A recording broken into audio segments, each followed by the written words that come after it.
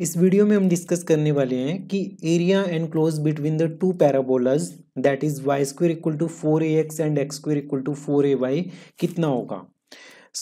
ये एक बहुत ही स्टैंडर्ड प्रॉब्लम है जो कि बहुत सारे कॉम्पिटिटिव एग्जाम्स में और यूनिवर्सिटी एग्जाम्स में पूछी जाती है कि दो पैराबोलाज के बीच में जो एरिया एनक्लोज है वो कितना होगा।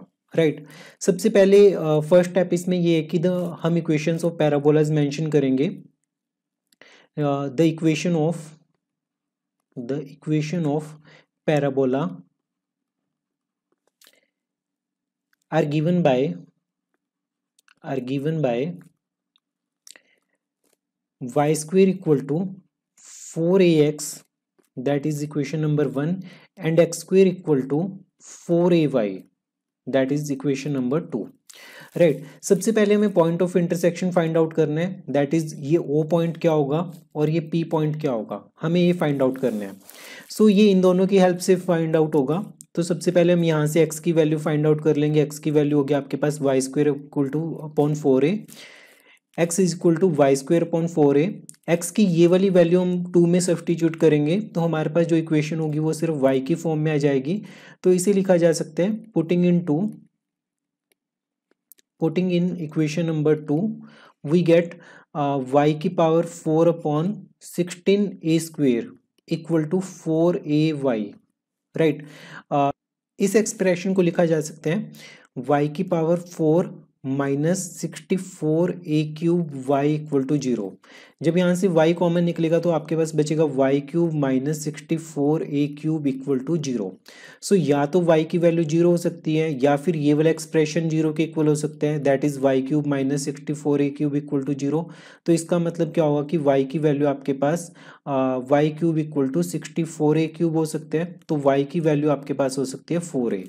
अगर y की वैल्यू 0 है, y की वैल्यू 0 इसमें पुट करने के बाद हमारे पास इक्वेशन नंबर 1 में पुट करने के बाद तो हमें x की वैल्यू मिलेगी 0, और अगर y की वैल्यू हम 4a पुट करते हैं तो हमें x की वैल्यू मिलेगी 4a। ये पॉइंट ऑफ इंटरसेक्शन हमारे पास 0,0 होगा और ये पॉइंट ऑफ इंटरसेक्शन हमारे पास 4a, 4a होगा।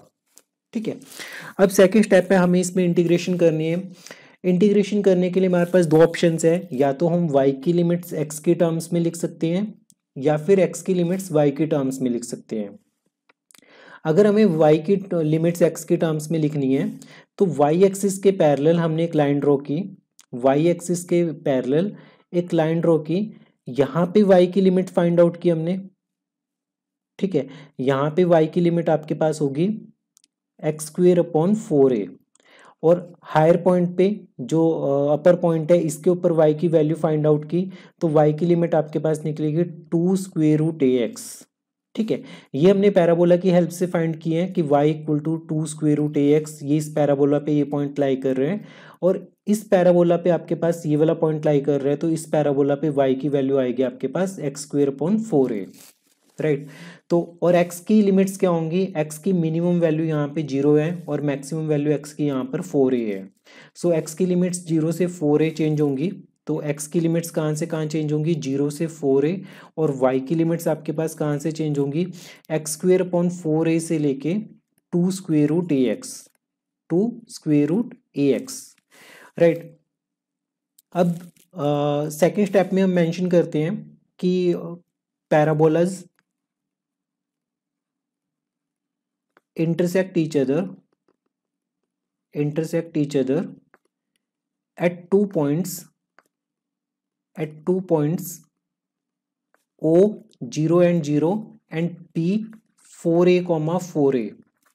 right the region of integration can be given by, तो लिमिट्स आपके पास क्या होंगी कि x की वैल्यूज आपके पास लाई कर रही है 0 से लेके 4a के बीच में, और y की लिमिट्स लाई कर रही है 2 स्क्वेयर रूट ax से लेके एक्स स्क्वेयर अपॉन 4a के बीच में। Required area is given bye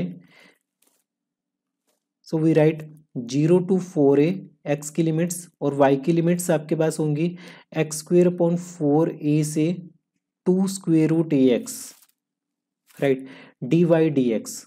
तो सबसे पहले with respect to y integrate करेंगे हम 0 से 4a y x square upon 4a 2 square root a x dx।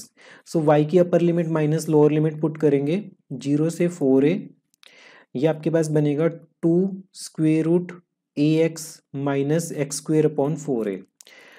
अब सिंपली हमें with respect to x integrate करना है और इसको सॉल्व करना है।